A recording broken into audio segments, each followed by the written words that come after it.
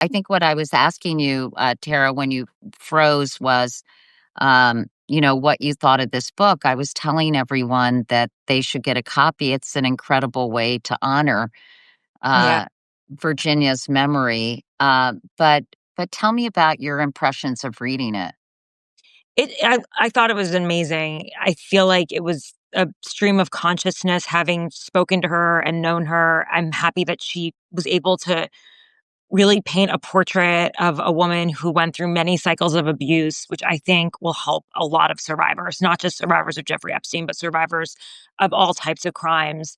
And I think will help people understand why someone doesn't go to the police after they are molested or groomed or taken advantage of. That often the predators they prey on people like Virginia, who was molested since she was a child by her father, and then went on to be living on the streets, homeless, trafficked. I think it will help people have sympathy. And for honestly, for the first time, Katie, and you know this as a journalist, it's for so often the survivors are forgotten in the story, especially in a story like this Jeffrey Epstein story, where there's just so much. I hate the word porn, but that's kind of the best way to say it. It's like there's the wealth porn, there is the spycraft porn, there's the porn, the DOJ corruption. So there's so many like aspects of the story that are so sexy to people that keep them interested, but they often forget that has a real impact on people's lives, and that it truly we called the podcast Broken because he broke 1,000 lives. There were 1,000 victims. And when we started the podcast, which was executive produced by Julie K. Brown, who broke the story for the Miami Herald, Right. Adam Davidson, an amazing journalist. We used the same fact-checking team that they used at the New Yorker for the Weinstein reporting. Um, you know, when we decided we don't want this to be about Jeffrey Epstein, we put an X over his face. It's like, we don't care about this. Like, this guy is a creep. He's a horrible person. Let's do a podcast about helping these women put their lives back together, retrace the steps, find healing through validation. Because what I kept hearing was they just wanted people to say, I see you, I hear you, and I'll stand up for you now. And I saw that in Virginia and in her eyes. And it was a special moment for her too to be included in this podcast because for over a decade, people were just saying, she's a liar, she's money hungry, she's a teen prostitute. The British press was cruel to her. And then finally, the world woke up and said, wait, this woman must be telling the truth. Look at all these other women with the exact same claims. Wait a minute. This was a massive sex trafficking operation. There were a ton of co-conspirators. What happened here? And she was just so grateful that the world was listening. And she did create this nonprofit, Victims Refuse Silence, because she believes that the only way to stop sex trafficking is to speak about it and a lot and to make sure that it's out there. And I think that this book and its impact and the story it will tell will make it really hard to pardon someone like Ghislaine Maxwell. I think it will make it really hard to turn away from the crimes that Jeffrey Epstein committed, because here is a story of what happened and all the kind of details that Yeah. explain the psychology, even the fact that she loved Jeffrey Epstein. Like, I know that sounds bizarre, but she did. I mean, he she didn't know what love was. They picked girls that that had such complicated relationships in their family since they started, that she didn't understand boundaries. She didn't know what love was. She didn't know what it was like to be taken care of. And I think But also when you hear Tara about how she was treated by her father and this quote unquote family friend, you know, I mean, yeah. starting at when you're 7 years old, how that Mm. impacts your whole sense of worthiness and your whole Yeah. sense of who you are and why you should be valued. And it's just so heartbreaking to me. So, of course, maybe to have two people who made her feel special, no matter how demented and distorted Yeah. and manipulative that those feelings were, I think you can I think it's hard if you grow up in a healthy family, Yes. to even appreciate how your sense of self can get so distorted. And someone said she never had a childhood, at least a normal one. So I wanted you to just talk a little bit about your time with her, Tara. I know you all, as you mentioned, you traveled the country. She was going back to talk to and to validate what had happened to her. So you guys went, you tried to find Jeffrey Epstein's chef at some Right. point, right? There was another woman, and you all went to the house and Mhm. you snuck in. It was a gated community in Los Angeles, Yeah. and she wouldn't talk to you. And I thought it was gross. Like, she was one of the women that Virginia was forced to have sex with, I think, very early on in her Mm. relationship Yeah. with Jeffrey Epstein and Ghislaine, right? Yes, yeah. That was a wild day. I've never actually put that we didn't even feature it in the podcast because it was just so over the top, the way that the reaction that she had to Virginia and what happened. You know, for her, she just wants this to be the past, and Virginia is a reminder of that, and that's what I felt every stop we took. It felt that everybody was just like, "Ugh, get this girl out of my face. I don't wanna deal with this." But I think to myself, it took a lot of courage for Virginia to knock on those doors, uh, to be rejected over and over again, uh, and to have people she thought, "Okay, Epstein is dead now." She wrote that to Adam Perry Lang, who was a celebrity chef at the time, and when we went to his restaurant, John Hamm was in the back, there were all these celebrities there, he's friends with Jimmy Kimmel, he was on his show many times. He would talk about, how he learned how to barbecue on a client's ranch. It was Zorro Ranch. And, he was on Oprah. He was very famous. And I think she thought, well, Epstein's dead now. Like, now you can do the right thing. And, he texted her back eventually after we went to all his houses and his ex-wife's house. And this one's like, oh God, you know what it's like to go on a reporting journey. Yeah. And so it was messy. But I got to know her really well from that. And Wait, but finish that story. Did he basically never talked to no, you all, right? He texted no. you and kind of Yeah. wrote all my best type thing, and I'm sorry Yeah. for what you've gone through, but Right. he refused to have a conversation with you all about it. I guess, why do you Yeah. think that was? I can pretty much answer the question, but why Yeah, do I you think think he it wanted was? to he was embarrassed. He doesn't wanna lose his reputation. I mean, his name is all over the flight logs. Often when you see APL, that's Adam Perry Lang. He was his chef for a very long time, and he went on to be, to work in really prestigious restaurants and then create this name for himself, having his own book, his own restaurant on, being on all these shows. Then there was the pilot, Larry Wasowski. Uh, we went to his house. She calls him. She's halfway through the phone call with him. He just hangs up on her midway. And she's like, "Would you like to meet for coffee?" Boom.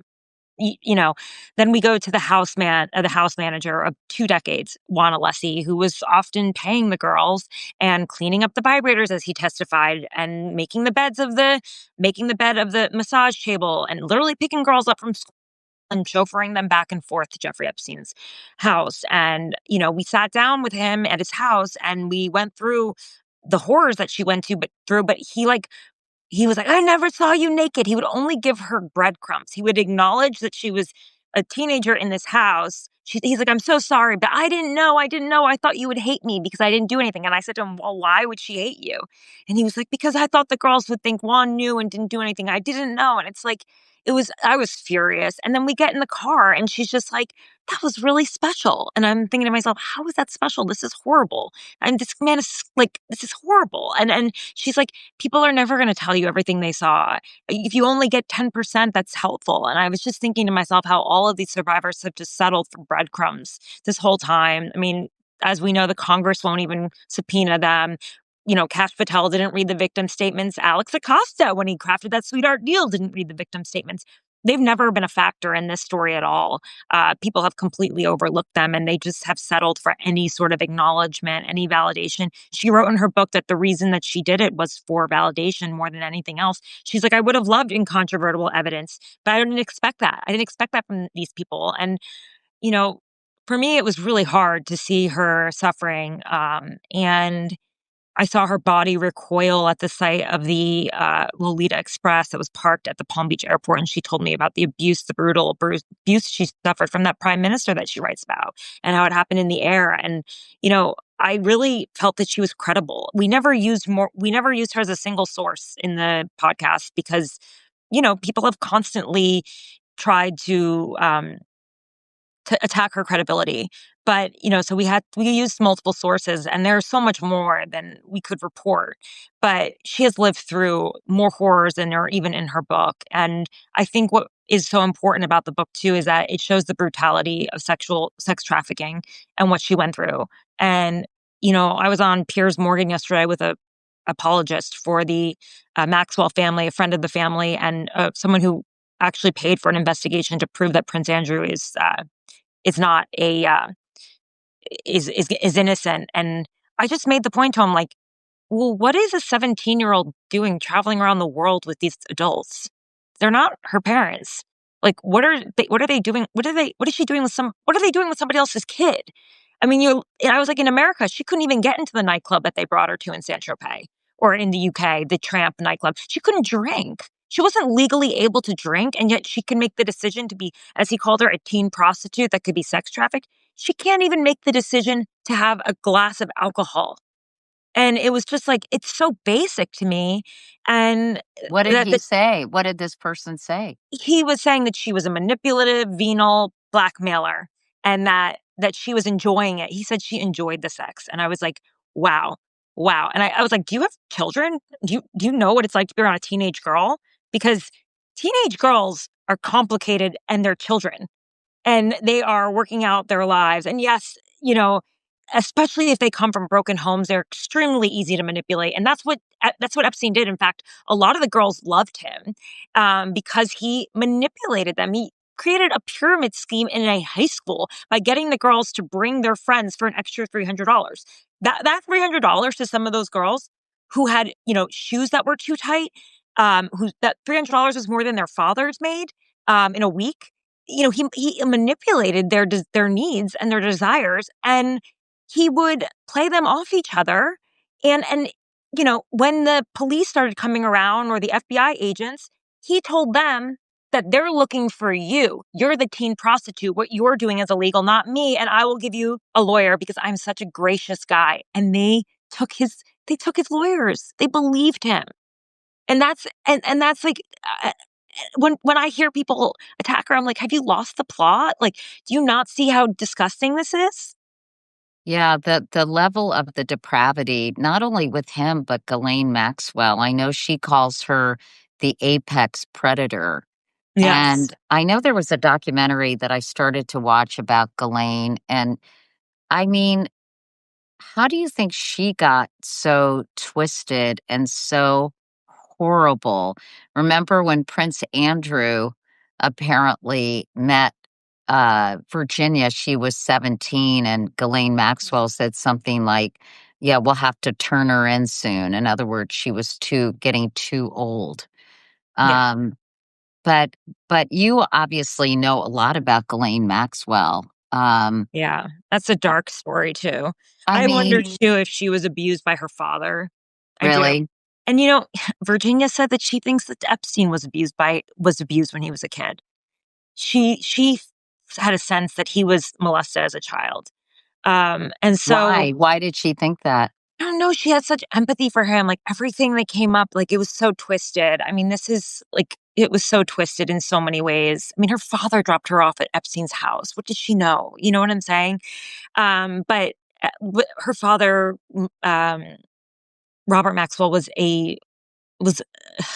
I don't know how else to describe it, but I found him to be a disgusting person. Like, he would pee off the side of his helicopter landing pad onto people below him.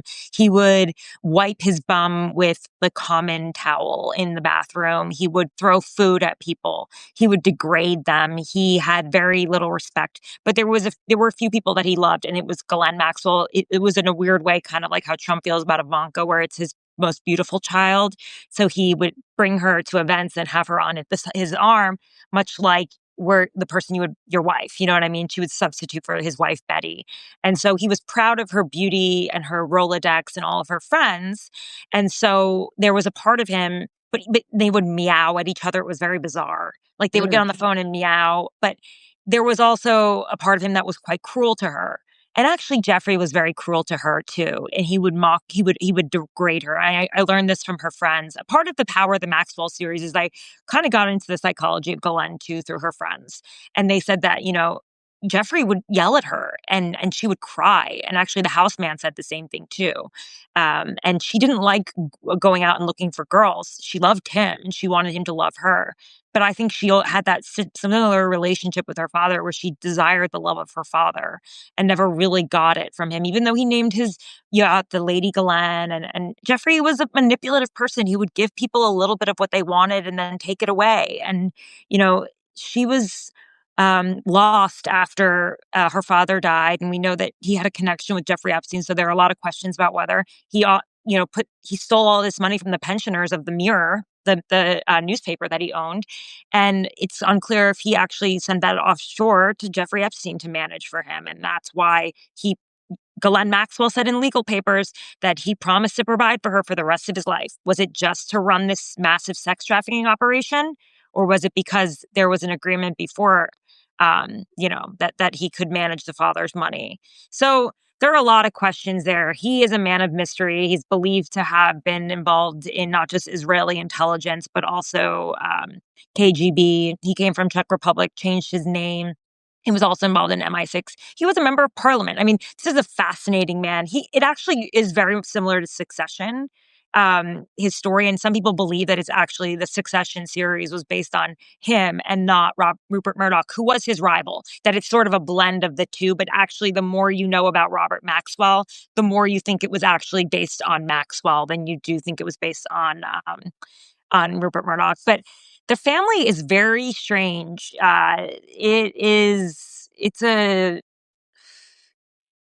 They were Bonnie and Clyde, but there was something there with her too, where she was craving Jeffrey's love.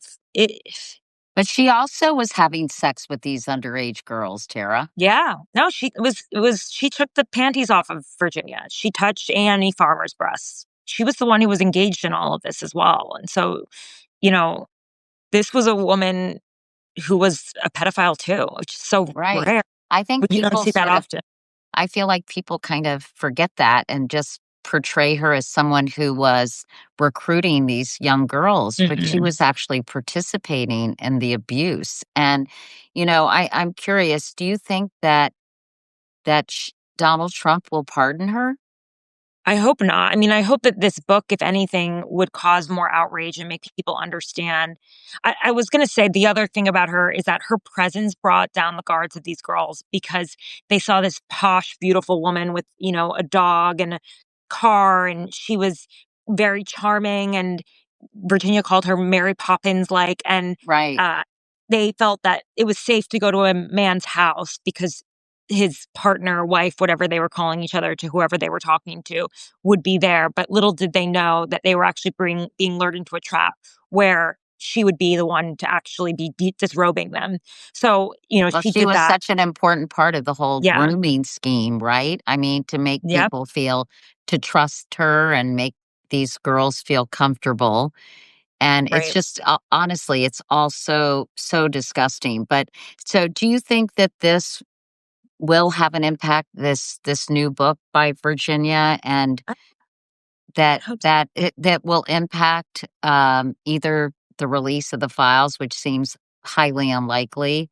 Um and I talked to her half brother and her sister-in-law actually earlier this afternoon, and they were saying, this obsession with the lists and naming names. These Yeah. girls went to the authorities, they named names. Yep. Virginia talked about people specifically, and, that a lot of them are really fearful for their lives and afraid Exactly. if they speak out publicly that, that they could get killed, honestly. And so, I know people really want to hear names, but why do you think, I guess, is that why you think when Virginia wrote this book, she didn't want to write about people specifically? She mentioned a former prime minister, but Mm. she didn't really name names in this book. I wonder if it was also the publishers, because publishers are afraid of defamation and fears. I think Virginia actually wanted to name names from my experience. Really? Yeah, she would have liked that. I wonder if how much the publishers took the names out.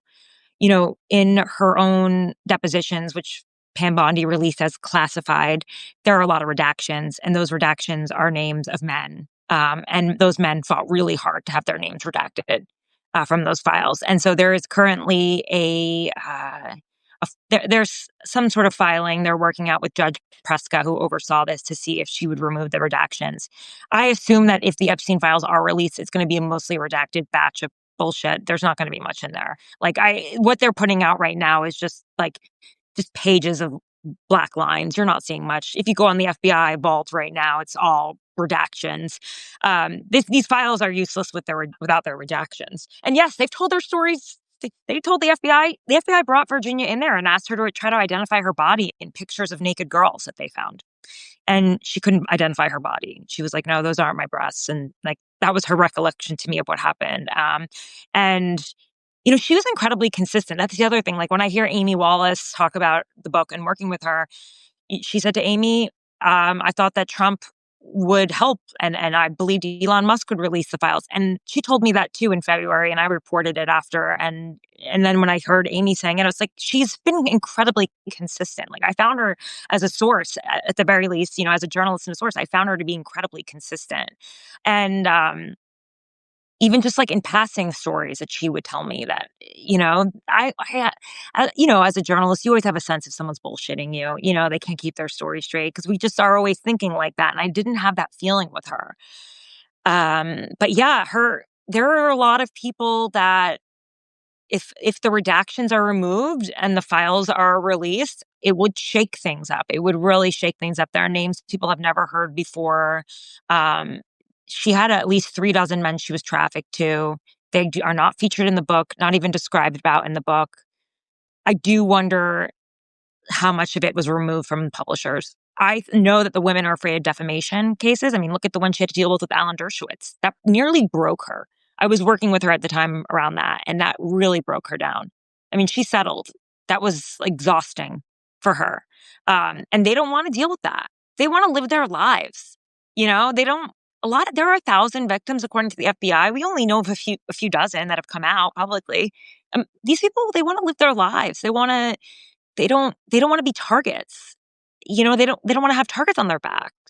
So I don't think they should have to deal with that. I think that Congress should call them and they should testify, and then they'll be in a safe space. But I still think there's a lot of risks. I remember when Lisa Phillips, the survivor, said on that day in Washington, the rally on outside the Capitol, "Oh, we're going to come out with our own list." Later that night, I was talking with some of the survivors, and they said, "Oh my God, we're terrified. I can't believe she said that."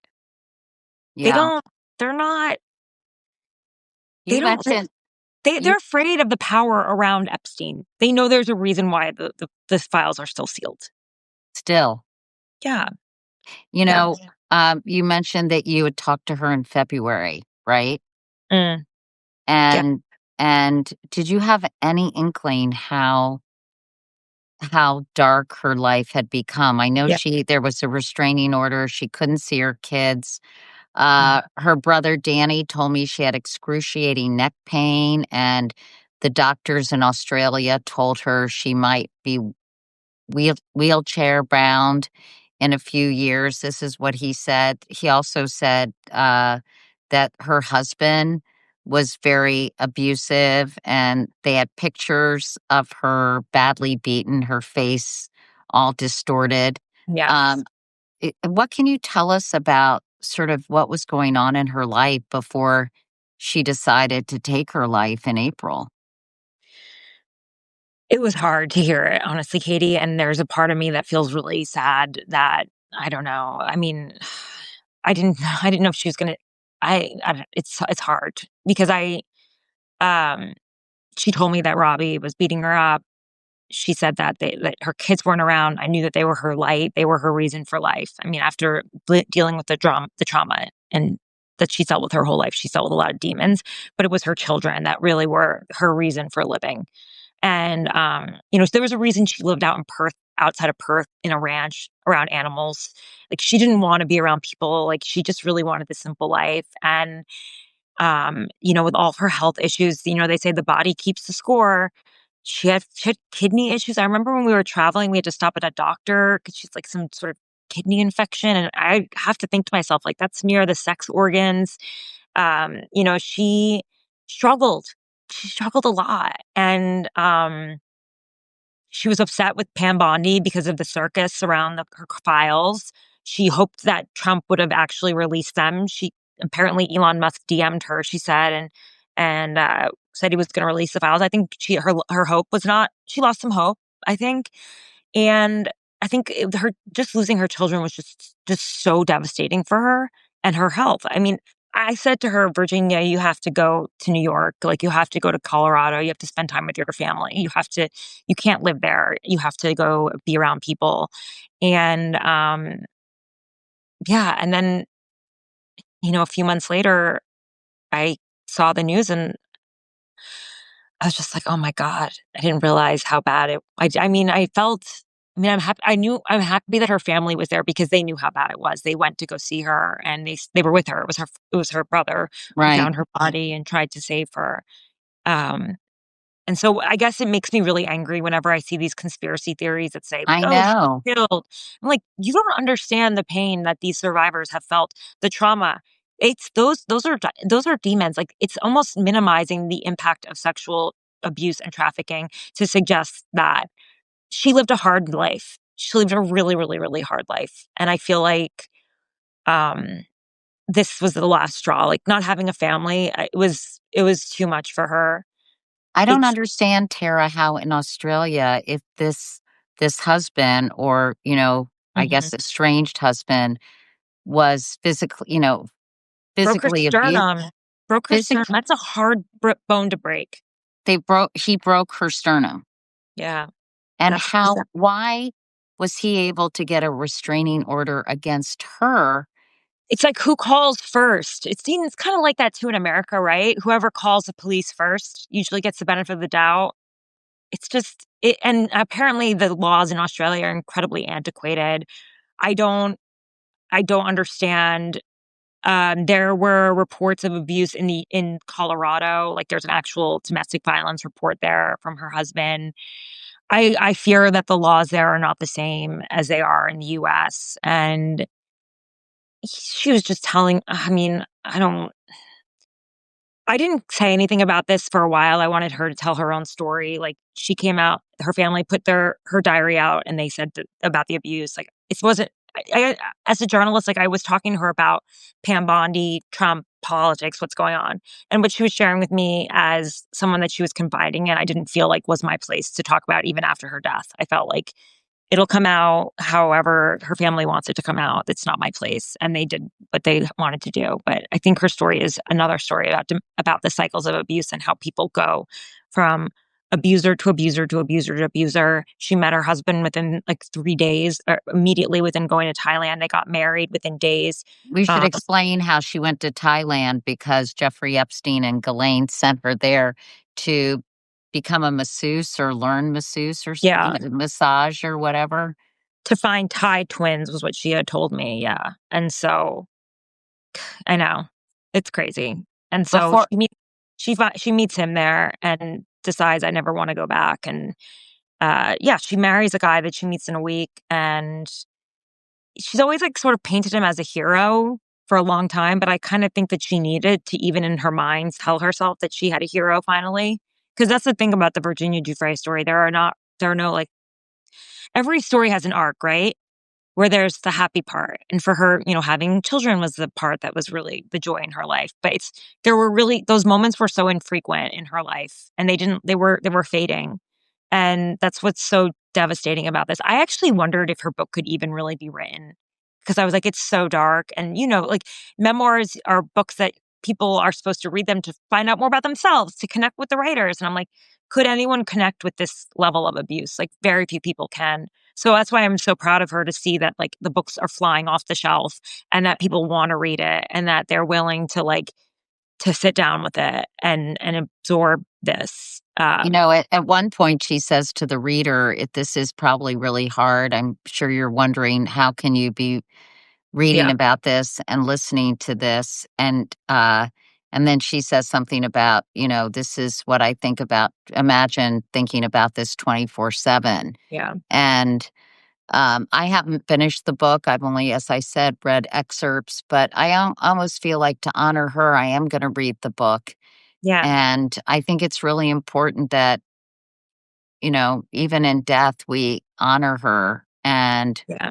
what she tried to do. And, I know that there's this whole thing going on with the Arizona Yeah. representative elect, Mhm. Adelita Grijalva, right? Is that how you Right. say her name? And she hasn't been sworn in. Mike Johnson is coming up with all kinds of excuses because she would be the key signature that would force a bipartisan petition, right? To release Right. the Epstein files. So, I mean, at some point, I know I have to finish. Sorry. At some point, she is going to be sworn in. I mean, the Republicans cannot put this off forever, can they?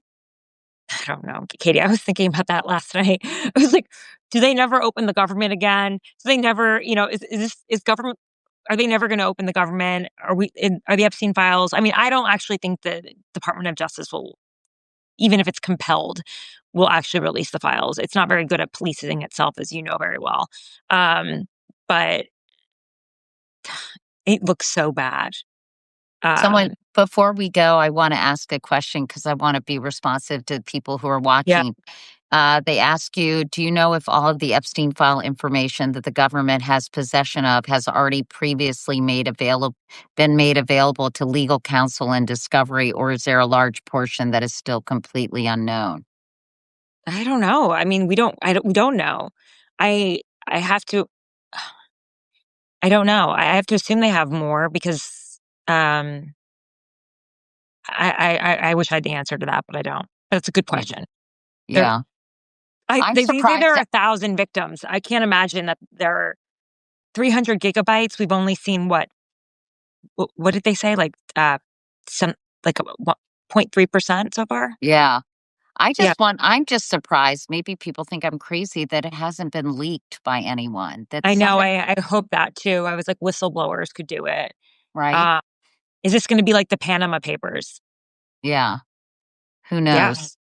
And people are asking names of the violent prime minister. Obviously, Prince Andrew, I mean, has the repercussions for his life, Mm, and even Sarah Ferguson, right? I mean, right. so uh, anyway, but the brother in closing said to me, or maybe it was her sister-in-law, people are so obsessed with the list, but what really matters is accountability, right? Yeah. Like, what will happen if these names are made public, and will they have to bear the consequences of what they did to not only Virginia, but all these underage children, right? Yeah, yeah, who are now women, and yeah, it's they've never had justice, so I would hope that at some point in their lives, they feel like that they get that, and then they'll have to heal and deal, and it's not easy, so we shall Well, see. I really appreciate, Terry, you talking to me about this because you know a lot more than most people do about this case. I also really appreciate your reporting on this Thanks. because I know you have really focused on these victims and not the other kind of Jeffrey Epstein porn Yeah, aspects of this. When we say porn, we mean like, the journalism, like, salacious the salacious parts. Yeah, yeah. And let's talk about it again because this story yeah, isn't going to go away. I don't think there were any young men involved, as far as I know. My friend Robin was asking about young men yeah, uh, I don't involved. I never heard about that, but, Yeah. I mean, I've heard other things, but not that, but yeah, no, it's a sad, sad story, but hopefully there will be I believe in the drip, drip, drip. I believe the truth is always revealed. It didn't happen in Virginia's lifetime, but I do think that eventually we'll get the full story because you Well, can't I keep the hope genie so. in the bottle, and yeah. Every day too, the more they hold this back, the more disclosures we get from the estate. These leaks coming from his emails.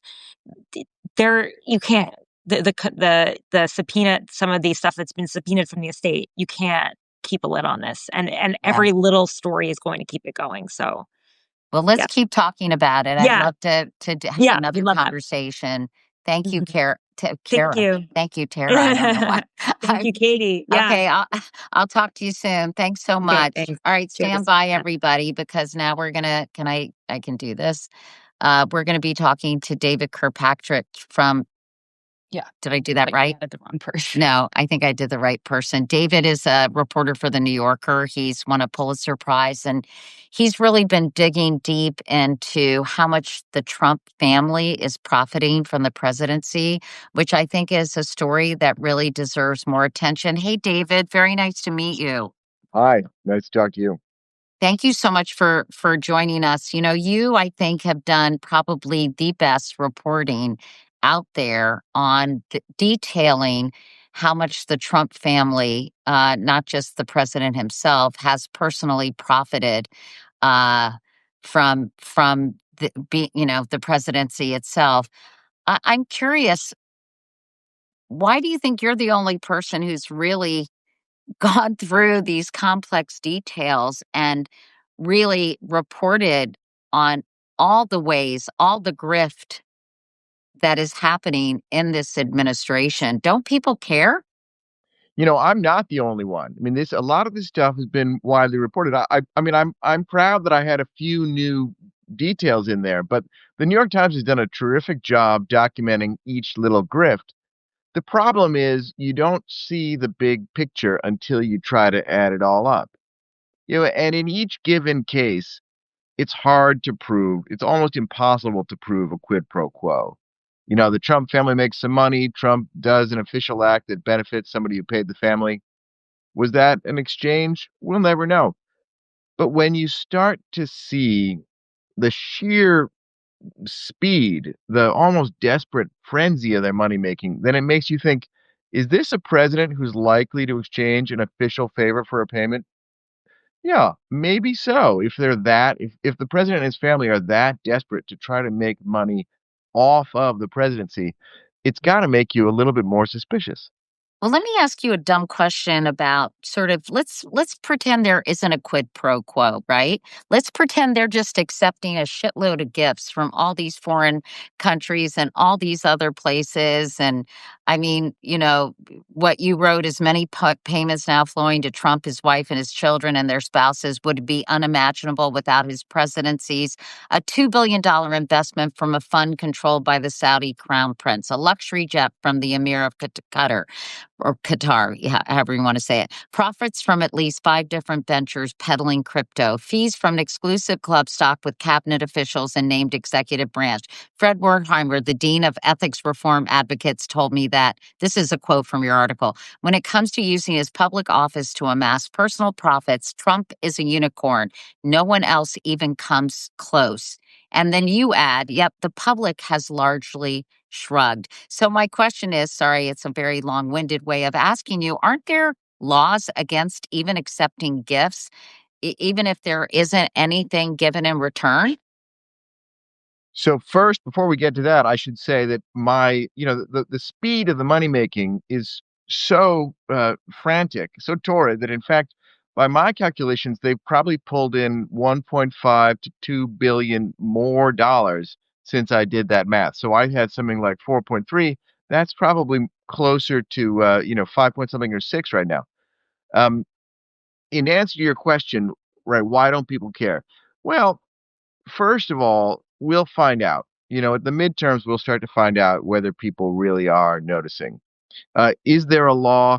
There honestly isn't. And it's understandable why. With the president, you don't want the head of state, the top of the government, to be under the thumb of some lower level official. We don't want a watchdog or a judge appointed somewhere lower down in the government who actually has power over the president. So it makes sense that the president reports only to the people. That's who the president is accountable to. And we'll see his approval ratings, for real at the midterms and at the next presidential election. I didn't really understand that question because that answer because, I've gone to like the Reagan Library and there are all kinds of things that are on display and that had to go to the library, right? That you have to report to when you are given these gifts, right? I mean, aren't these No, they're that's sort of right. No, that's ethic true. laws and regulations? Right. I thought your question was a little bit different. So there actually is no law against a president operating a private business on the side. And there have been examples in the past, a president who owned a newspaper in Ohio. The family, I think President Johnson's wife had a radio station in Texas. So what's happening with President Trump is his family is in business. They're actively in business. So they're not really receiving gifts, but they're doing transactions which would be inexplicable if he weren't the president. So it's not exactly something you've got to report like those gifts that were reported at the Reagan Library. It's more like, would that person really be paying that much to open a Trump hotel in Doha if he wasn't the sitting president of the United States? And so on and so on. So there is no law that prevents these families from engaging in outside businesses. But I guess after doing all this reporting, should there be?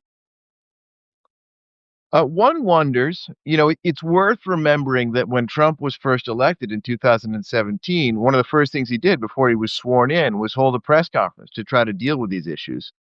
And he said that he himself had just learned about the law, right? That there was no restriction on his ability to make money on the side, which he referred to almost like it was a perk in his contract, a no conflicts provision, as he put it.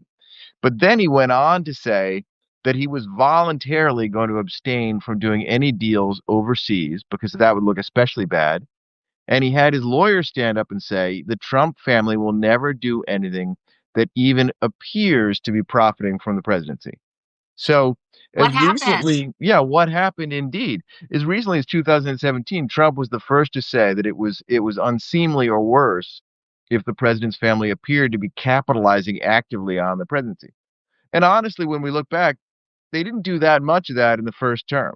A lot of people made noises about the Trump hotel in Washington, but it lost money. And even if it had made money, not that much of it would have made it to his pockets. It's really hard to see a kind of quid pro quo there. But this term, I mean, forget about it. They're just Katie bar to hand the door. over fist. Right, exactly. And so you wonder what that is. Is it, we've only got a few more years while he's president? Is it the massive legal set payments that he was obliged to pay because of lawsuits, over sexual harassment and other matters? So he's got some debts hanging over his head. He may not be as liquid as all that, and he wants to make some money while he can. But that's all speculation. That's beyond my reporting. But it's a Someone live asked. question. Why are Some they so rabid now? and somebody asked about the emollient. I can never say this. Will you help me out here, David? The emoluments clause, right? Yeah.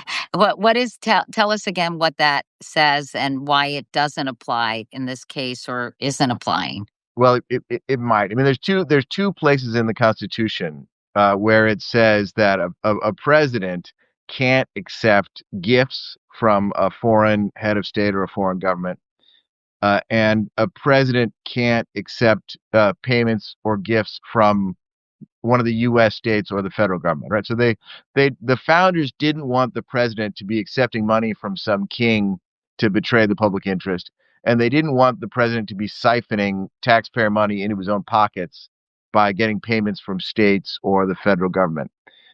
It was never really adjudicated whether business done with the Trump Hotel in the first term, by a foreign government violated the emoluments clause. That's certainly a payment to the president. But the Supreme Court deemed those questions moot after he left office, so we never really got an answer. So that's actually kind of wait and see. We might see those emolument claims come back. But honestly, the foreign money flowing directly into Trump's pocket is just a small piece of the vast amount they've made. I mean, the biggest chunk of it is in various crypto schemes, and some of that is coming directly from the United Arab Emirates, but it's coming from all over the place. Yeah, explain those because I know and you said they've made a lot more since you wrote your piece in the New Yorker, but you landed on the number of roughly the Trump family had made roughly $3.4 billion since he came back into office. So, can you first of all how you got to that number and can you explain sort of how much he's making through these various crypto schemes?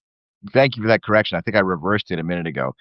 So right, 3.4 billion is the actual number. So there's a few of them. it's too bad. People hear the word crypto and they think they're already confused, but it's actually not that complicated. It's just a kind of online system of tracking ownership, like a sort of ledger. So some of the things he's selling are just kind of digital cartoons of himself or digital sort of tokens or coins that just let you say, I bought a Trump digital token or coin. He's made tens of millions from the little cartoons and hundreds of millions from the um, Trump tokens. He's made more. Most of it has come in two companies. His family, with the Witkoff family, has set up a company called World Liberty Financial, and that's gotten into a couple of different crypto ventures. They're selling their own tokens, which allow you to vote on whatever World Liberty Financial will do in the future. And they're selling a kind of digital currency, right? The idea is you buy something and then you can keep trading it around online to other people, and eventually somebody can redeem it for as much as you initially paid for it. USD1, they call it, right? So it's worth $1. The trick there is the controversial thing is the United Arab Emirates said we're going to buy $2 billion of this USD1, which is already a problem because that means while it's out there, the Trumps are like a savings bank. They're holding that 2 billion and they're profiting from the interest they can make off of it. So over 10 years, I calculated that was worth, $300 million or more. The interesting thing is they took that digital money, that 2 billion in digital currency, and they paid it to a company called Binance, which has already been in trouble with the U.S. government for allowing money laundering. Wait, Uh, didn't he just pardon some guy involved in that? Well, that's the thing, right? So the UAE takes they buy 2 billion in digital currency from this Trump connected organization, the World Liberty Financial. So World Liberty Financial is going to be collecting interest as long as that money is out there and unredeemed. So they take this digital money and they pay it to Binance. Binance, which is already in trouble with the law, which is headed by Changpeng Zhao, known as CZ, uh, is asking for, they're under kind of special observation by the U.S. authorities because they broke the law so badly before. And he wants a pardon for himself and he wants to be out of supervision for his company. Uh, as he's the recipient of that money, he holds those tokens. So he actually controls how long the Trump family can keep collecting that interest. Tick, tick, tick, tick, tick. It's adding up every day. So is he going to redeem that and end that money making opportunity for the Trumps? Or is he going to hold on to it and allow them to keep profiting every day from the interest? Well, he's chosen to keep profiting. And today, uh, it's worked out well for him because Trump pardoned him just as he had been asking. I have to say, I was quite shocked at that. Does anything shock you anymore?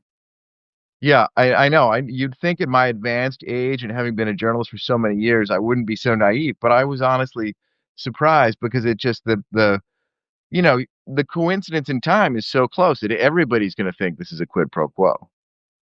And you mentioned Kushner and Witkoff, right? Yeah, those two guys, right? So so I was surprised, I mean, I thought they kind of Leslie Stahl sort of let them get away with a very soft question about their involvement in the Middle East. They said, "Oh, we're doing this for free. Our businesses are giving us contacts and connections that have enabled us to come up with this peace agreement." But I mean, something smells rotten in Denmark and everywhere else and right? I mean, how t- that's sort Yeah, of a twisted right. web, Because isn't it? it sure is. I mean, the Persian Gulf, big picture, the Persian Gulf is a weird place because just out of the gate, each head of state controls a giant pot of money, right? They all have huge sovereign wealth funds. They're all investors. They're all buying precisely the kind of assets that the Trumps and the Kushners and the Witkoffs sell. So they were in business together before they were in government together, and they'll be in business together after. And everybody knows that. And so that potential conflict of interest hangs over everything they do. Now we have a situation where Kushner and Witkoff and Trump are over there trying to negotiate an end to the Gaza fighting, dealing with all of these Gulf governments who have their own interests, and they're actually doing business with them at the same time. Some of the money flowing into World Liberty Financial that we just talked about is coming from the UAE. Qatar has donated a plane worth $150 million to the Well, Trump now Presidential don't we Library. have but also now we're building a Qatari air base in Idaho? They may be investing in an air base in Idaho. They already substantially pay for a U.S. military base in Doha. But as you probably know, the Saudi government sovereign wealth fund has invested in Jared Kushner's private equity fund. There's a lot of money going around there. And you would not be accepting payments from the Gulf governments while you were doing an interview with any Israeli leader about the conflict in Gaza, right? That's too much of a conflict for you. And you're just a journalist. This is the president of the United States. You would think that he would be squeamish about that, but it's an obvious question. Now, I'm not saying that Jared Kushner or Steve Witkoff are doing anything differently because they have this financial debt to the rulers of the Gulf. Um, but the appearance problem is really substantial, and I think a lot of people are going to wonder. You write that the presidency came to Trump at a fortuitous moment when he was having some pretty serious financial issues, which I thought was interesting because I haven't seen that reported in a lot of places. But truth be told, David, it's hard to keep up with everything that's happening in this administration. But do you think that it was partly a financial decision for him to run for president again? And he's making hay while he can? Well, again, that's kind of psychological speculation that's sort of over my head. Just from the outside, it does seem like his ego is a sufficient motive for him to run again. So I'm not going to say the only reason he ran is his financial interest, but it does seem fortuitous because if you look at his business, it was sort of running on vapors the first time he went into the White House, right? He has a licensing business, primarily a licensing business driven by his television programs, and they were winding down, as was his licensing business. And then on top of that, there were, the lawsuit from the state of New York, for which he owes $500 million for mortgage fraud, the claim by E. Jean Carroll for sexual abuse, which he owes substantially more, I think in the hundreds of millions. So in some ways, the family was really quite in the hole before he came back to the White House. Now, I don't know if that explains what they're doing or not. I mean, when the Trump brothers, his sons Eric and Don Jr., are asked what about all this stuff, what they say is, "What do you expect us to do? We're businessmen, right? We're going to stay in business. We're not going to go out of business because our father is president." And by the way, the American people knew he was a businessman. They knew he was a successful businessman, and that's why they elected him. So they're not necessarily shying away from this conflict. They're acknowledging it, but they don't think that the American people mind. Do you think the American people mind? Well, I'm quite eager to see how the midterms go. I think that's going to be our first real chance to see what people think of all this.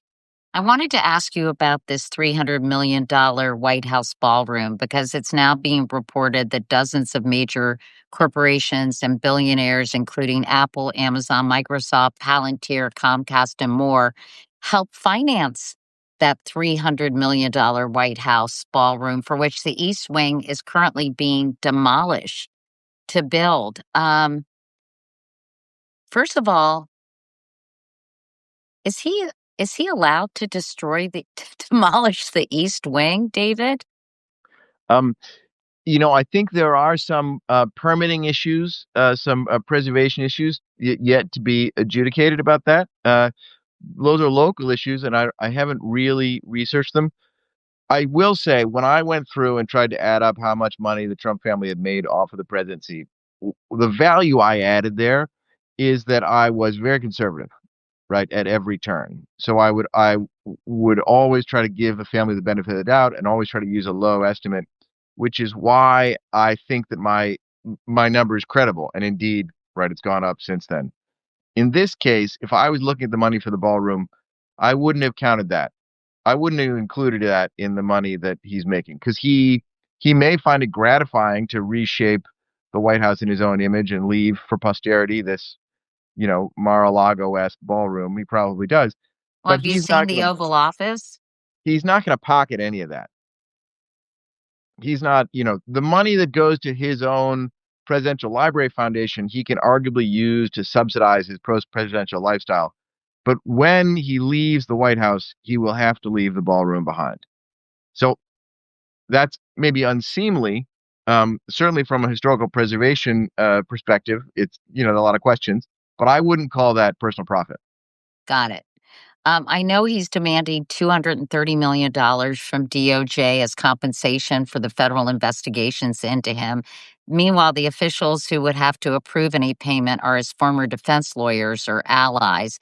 The New York Times describes it this way: the situation has no parallel in American history, as Mr. Trump, a presidential candidate, was pursued by federal law enforcement and eventually won the election, taking over the very government that must now review his claims. It is also the starkest example yet of potential ethical conflicts created by installing the president's former lawyers atop the Justice Department. I'm just curious to get your reaction. I would bet that he does not get that 230 million. Reading the New York Times excellent coverage very closely, the situation here is he began to file those claims before he was elected. During the transition, everybody around him thought they were dead and dropped. He surprised his team by bringing them up in sort of ad-libbed comments, and he talked about the strength of his claims, and then he mused himself about how weird and awkward it was that he was now on both sides of that issue, on the president on one hand and the claimant on the other. So I'll be surprised if he actually goes ahead and collects. I mean, that 230 million in the scheme of what he's making every day through his family businesses is not that much, really, when you look at the crypto money. And it strikes me that it could do a lot of damage to his reputation that he even acknowledged himself. So it's galling that he's asking that. It reminds me a little bit of, in our own industry, of some of the claims that he's filed against media companies, claims that, media lawyers laugh at, but some of the media giants have settled because, he has got power over them. It's also unseemly for a sitting president to sue a major media conglomerate in a regulated industry and expect that to be fairly adjudicated.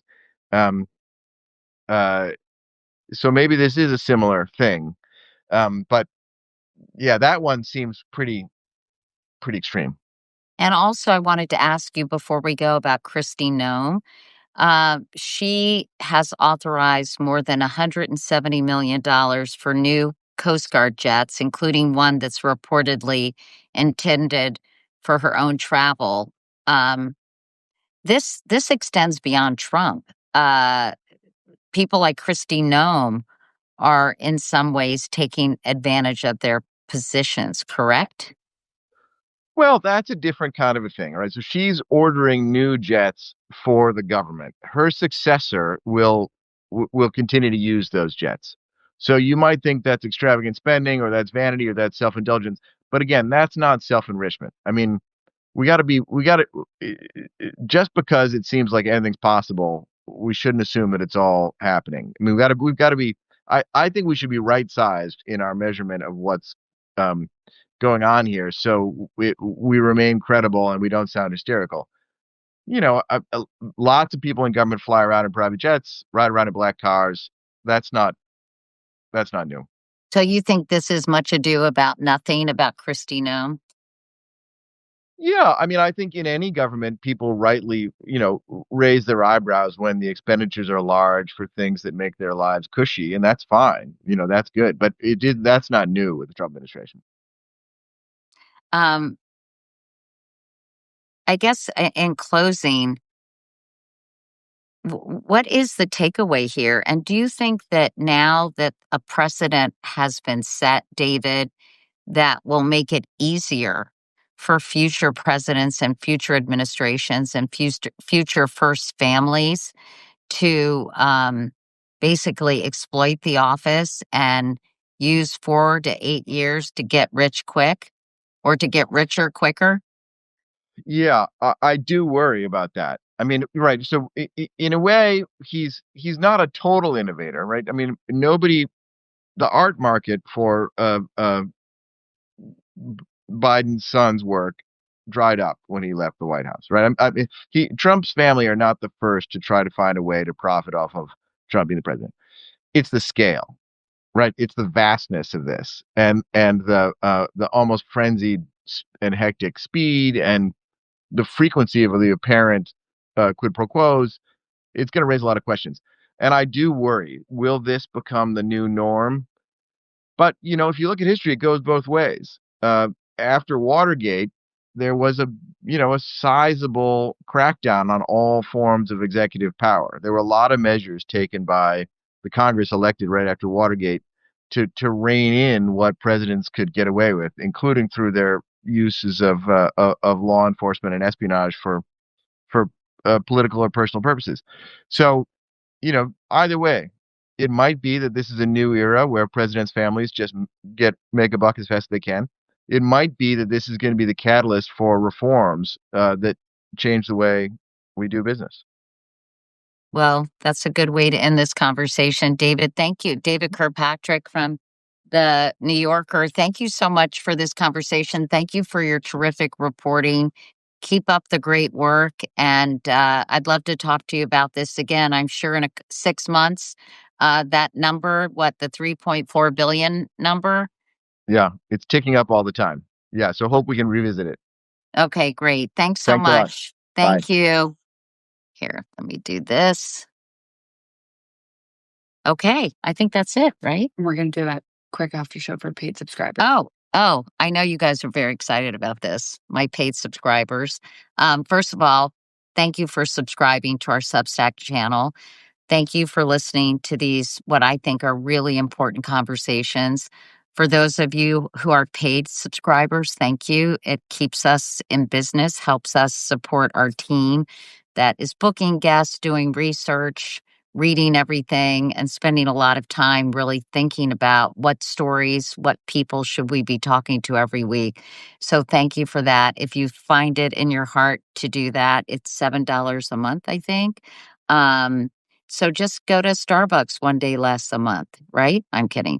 But anyway, right after this, we're going to just do a quick conversation with paid subscribers. You can ask me whatever you want, make some suggestions, and generally just kind of kibitz together. So anyway, thank you all for watching, and we'll see you, I guess, next week, right? Yep. Oh, actually, don't I have a Substack on tomorrow? TV, yes, but we'll announce it in a little bit. Yeah, we have a Substack plan for tomorrow. I'll just give you a hint, a little bit more on the Epstein files. So stay tuned. Anyway, thanks everyone. Have a good night. Bye.